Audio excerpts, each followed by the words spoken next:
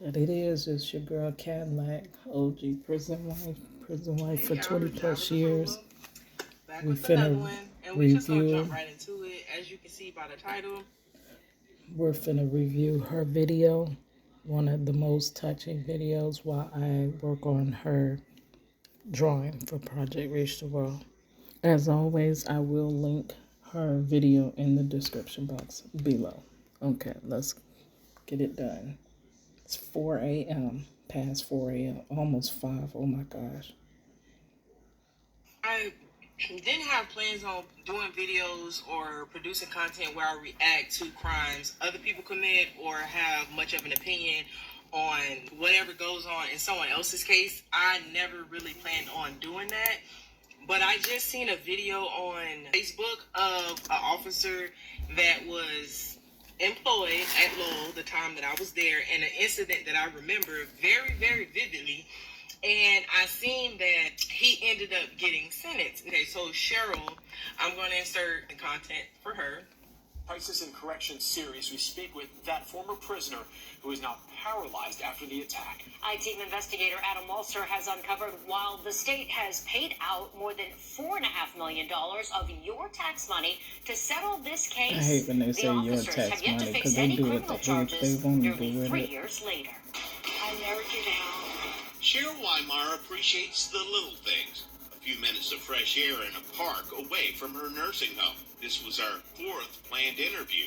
The others were canceled when the 53-year-old's fragile health failed.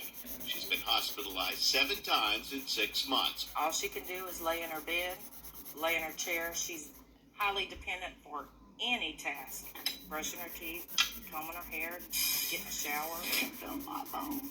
And it's like somebody had took an axe and went right through me. She walked into prison perfectly fine, perfectly healthy, and she ended up a quadriplegic, which they broke her neck, so she is unable to use her arms or her legs. She's confined to a bed for the rest of her life. She will never be able to take care of herself, bathe herself, walk for herself, like do simple things like brush her own teeth, brush her own hair.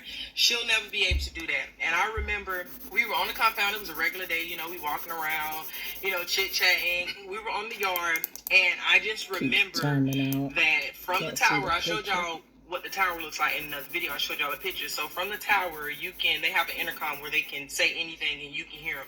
So they start screaming for everybody to get in the dorms, like everybody get inside. So when something like that happens, when they're trying to completely clear the yard, they don't want any inmates, nobody on the yard but staff. It's normally because something has happened and they don't want anybody to see. So they are very serious when they say clear the yard. It ain't no, hey, you guys go inside. It's like, clear the yard, everybody right now, get in your dorms. I'm talking about they running up on you and everything. Like, I'm talking about they will assault you if you don't listen. Like, get your behind a closed door. So they were like screaming, like, clear the yard and all this other stuff like that. So we like, all right. So we getting off the yard and I see them normally when they bring somebody from the main, because I was on the annex, so the main is on the other side. It's connected. The only thing that separates it is the gate, and you have to be buzzed in and out of the gate. So normally they come through the center of the annex when they bring somebody, like when you go to confinement, because confinement is on the annex. So if you go to jail from the work camp, if you go to jail from the main, or if you go to jail from the annex, you have to go to confinement on the annex. So you have to be escorted over. So anytime they bring someone, they normally bring them like 100% of the time. When I say normally, bring them through the center. So it's like half of the compound is over here, half of the compound is over here, and they bring them through the center. The tower is right here, so you got all this movement over here and you got all this movement over here. So it's a full compound and you can see them. Like, they'll make you like stop walking, but they don't send you in the dorm when somebody's going to confinement. They'll just be like, stop.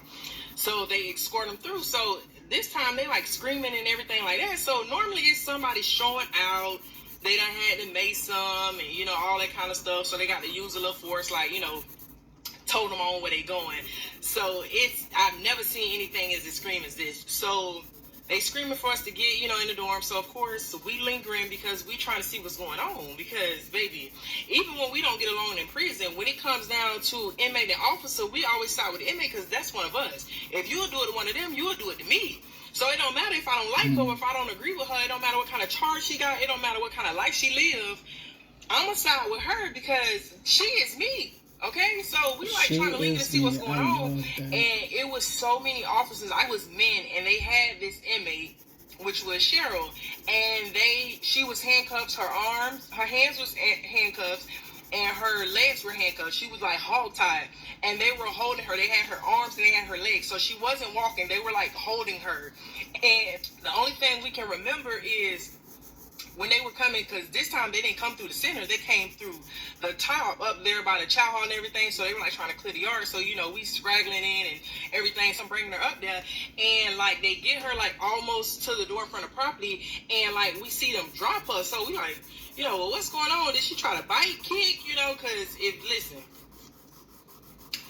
if you try to do anything, honey, they have all right to do whatever it is. So anybody with some sense, when you going to jail, you go to jail like you got some sense, because for one, you're handcuffed. So I mean, it ain't much you can do. It ain't much bucking you can do. Like if you try to fight an officer while you in handcuffs, like it's really futile for you, because there's a lot of officers around and you can't really fight. You can't defend yourself. So it really does you no good to try to fight an officer while you in handcuffs. Like, what are you gonna do? Try to headbutt them? Like, spit on them? Like, that ain't gonna do nothing compared to what they can do to you.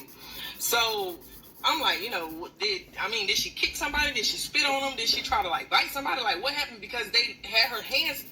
She was handcuffed and her feet were shackled, and they like dropped her. So we like, you know, looking. So they screaming like, get in the dorms, everybody clear the yard.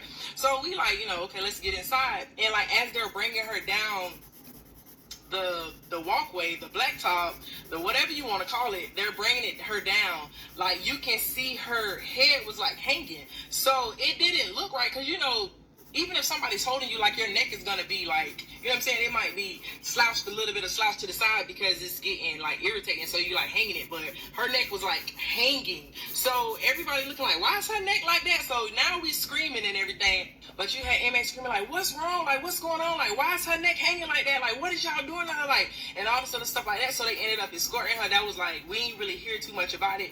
After then, she went to confinement and on with, you know, as it goes. But come to find out, she ended up, in fact, they broke her neck. I mean, there's so many stories as to what happened, you know, to the girl neck and all of that. But one thing's for sure, I doubt she broke her own neck.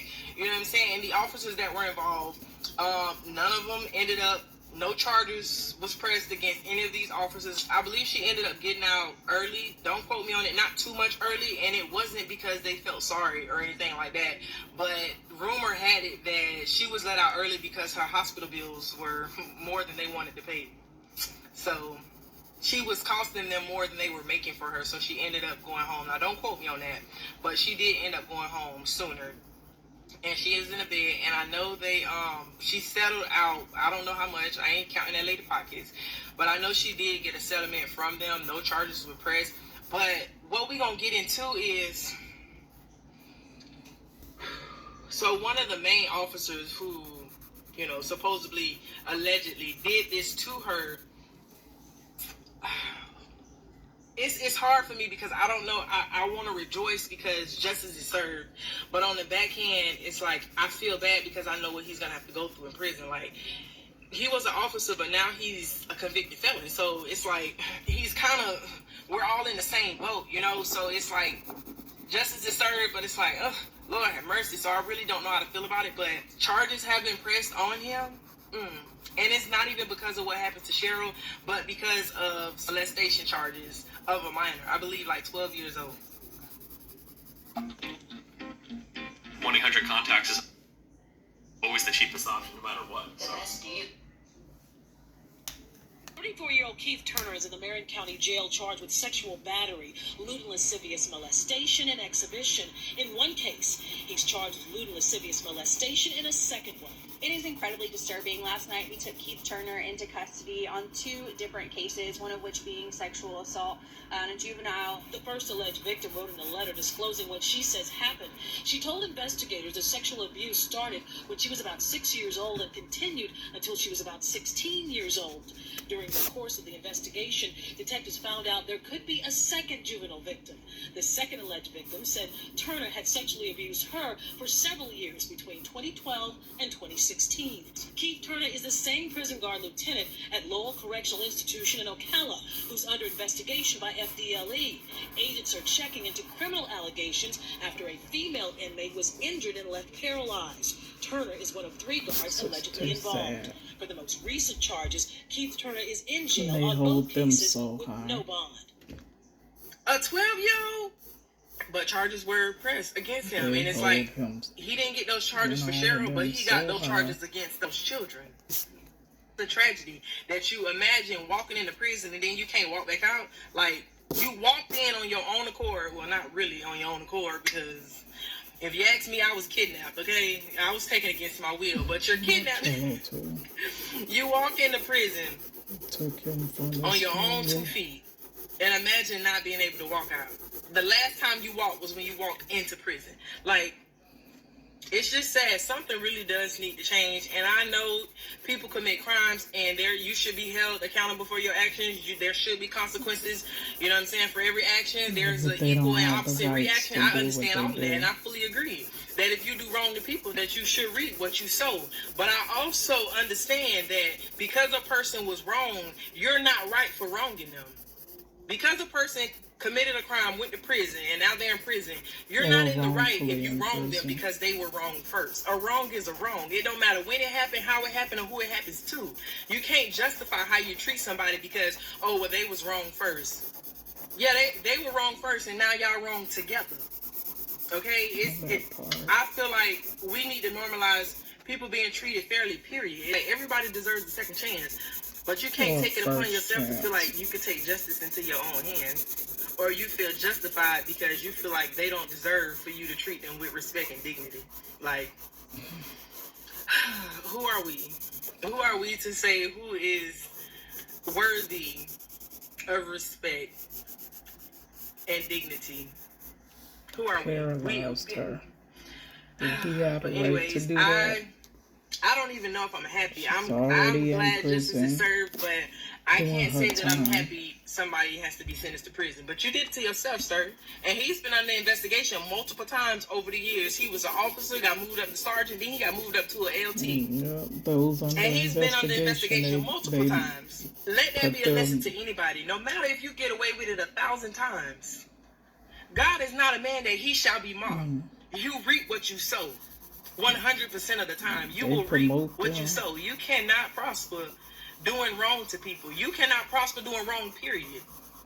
It may seem like you're getting away with it, but I am here to tell you, the longer your karma delays, the worse it's going to be for you. I'd rather get my karma right then and there. You know what I'm saying? Like, if I wrong somebody, I'd rather get my karma right then and there, because the instant karma be a little slight. But when that karma gets stored up and built, when you delay in getting what belongs to you, it's going to be a pill that you can't swallow. And I believe he got sentenced to 25 years. 25 years. 25 years. Okay? 25. And I believe they were concurrent. Concurrent means they run them together. So if you get sentenced to 2 charges, right, and you get 25 on both, if they run them concurrent, that means you just do 25 because they ran them together. You just do 25. But if you do 25 consecutive. And did you hear what she said? 25.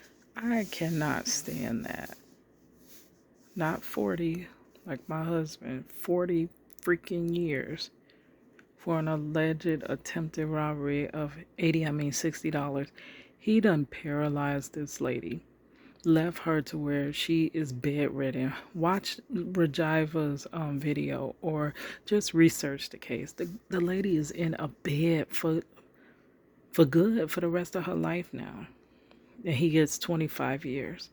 And if it's not minimum mandatory, he's not even going to do that 25 years. That means he would be being released. If he was Marcello Jackson, he would be being released now. I'm sorry. If Marcello was him, Marcello would be being released now. But they want to put Marcello under the prison.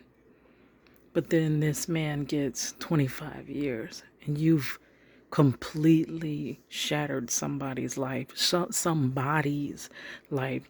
Because when you do something to one person, it doesn't just affect that one person. It affects, she's a part of a whole family that probably affected everyone around her. And because you have to, and I love that Rajiva touched on that, you don't have the right to beat up on them, to none of that. That is not why they're there. They're already there serving their sentence that they deserve or don't deserve. So it's not on you to say, yes, you're supposed to be there to make them follow the rules, to this, to that, to ensure that things are being correctly done. But you're not there to stop them from walking. Huh? Like, where in the world do they do that? Florida DLC. That's where they do that. That means one after the other. Like 1, 2, 3, how the numbers come after each other. Yeah, consecutive means one after the other. So if you got 25 years on 2 charges and they get sentenced to you consecutive, that's 50 years. So let that be a lesson. If you're doing anything you ain't got no business doing, just go ahead and stop, okay? Stop, repent, turn away, so that you don't get 25 years in prison. I did not plan on even doing a video today. I was gonna get off work and chill, but when I seen that, I couldn't let it go. I couldn't let it go. Justice for Cheryl, okay? Justice for I'm glad Cheryl. those girls are getting their justice, but justice for Cheryl.